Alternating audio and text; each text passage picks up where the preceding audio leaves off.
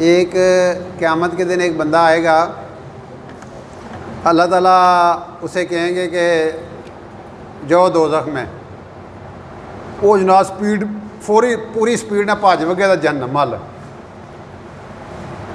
वो अल्लाह ताला कहेंगे फरिश्ते से बुला के लाओ इनू।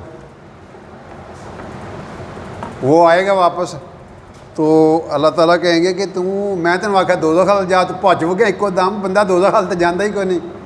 तो वो कहने लगा या अल्लाह मैंने दुनिया में तो आपकी मानी कोई नहीं थी, तो मैं आख्या चलो आज ही मान लो। अल्लाह पाक इतने खुश होंगे, कहेंगे जा जन्नत विच।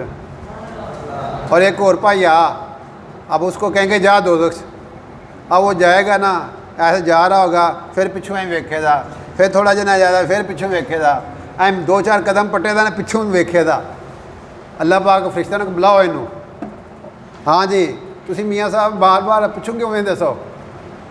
मैं या अल्लाह इस वास्ते वेंदा सा कि शायद अल्लाह ने तरस आ जाए, शायद अल्लाह की मेहरबानी मेरे ते कर दे। अल्लाह तो बड़ा गफूर रहीम है, वो तो बड़ा अरहम राहिमीन है। तो मैं तो इस लालच पिछू वेंदा था, हो सकता अल्लाह ने मेरे ते तरस आ जाए। अल्लाह पाक कहते जा जन्नत विच।